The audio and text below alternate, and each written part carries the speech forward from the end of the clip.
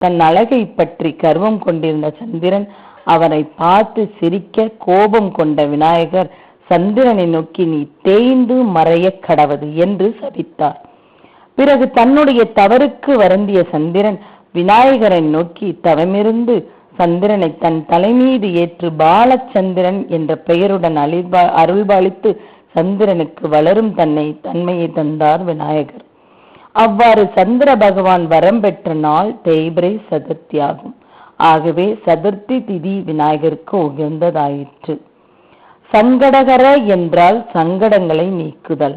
உலக வாழ்வில் நாம் செய்த கர்ம வினையின் பயனாக வரும் எல்லா இன்னல்களையும் போக்கி அளவில்லாத நன்மையை தருவதால் சங்கடகர சதுர்த்தி விரதம் என்று போற்றப்படுகிறது.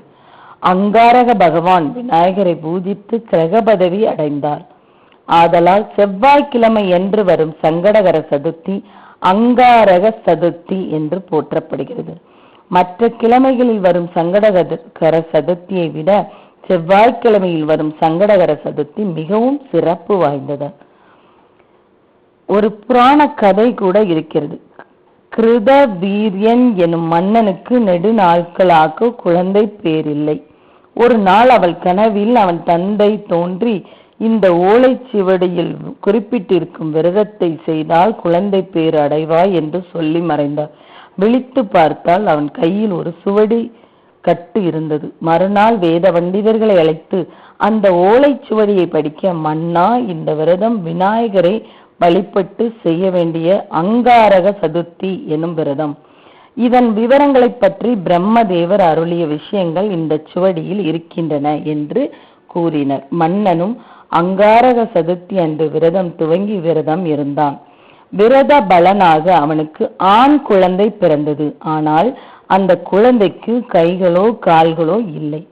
ஆனால் மனம் தளராமல் கார்த்த வீரியன் என பெயரிட்டு அக்குழந்தையை வளர்த்த கிருத வீரியன் உரிய வயதில் அக்குழந்தைக்கு ஸ்ரீ கணேச மூல மந்திரத்தை உபதேசம் செய்தான். இடைவிடாத அந்த மூல மந்திரத்தை 12 ஆண்டுகள் கார்த்த வீரியன் ஜபிக்க அதன் பலனாக விநாயகர் அவனுக்கு தரிசனம் தந்து 1000 கை கால்களையும் அர்ஜுனனுக்கு நிகரான பலத்தையும் அருளினார். அதனால் அவனுக்கு கார்த்த வீர்யார்ஜுனன் என்றே பெயர் ஏற்பட்டது. பின் தத்தாத்திரேயரின் அருளால் அனுகிரக சக்தியையும் பெற்றான். இன்றும் ஏதேனும் பொருள்கள் காணாமல் போனால் ஸ்ரீ கார்த்த வீர்யார்ஜுனரை வேண்டி ஸ்ரீ கார்த்த வீர்யார்ஜுன மந்திரம் ஜபிக்க அவை திரும்ப கிடைக்கும் என்பது நம்பிக்கை. சூரசேனன் என்னும் மன்னன் சங்கடகர சதுர்த்தி விரதம் இருந்ததோடு தன் நாட்டு மக்களையும் விரதம் அனுஷ்டிக்க செய்து எல்லா வளங்களையும் நலங்களையும் பெற்று வாழ்ந்ததாக புராணங்கள் கூறுகின்றது. விநாயக பெருமான் நானாகாரனாக கேது பகவானுக்கு அதிதேவதை ஆதலால் சங்கடகர சதுர்த்தி அன்று விநாயக பெருமானை வணங்க கேது கிரகத்தால் ஏற்படும் தோஷம் நீங்கும் என்பது நம்பிக்கை. ஓம் கம் கணபதியே நமக.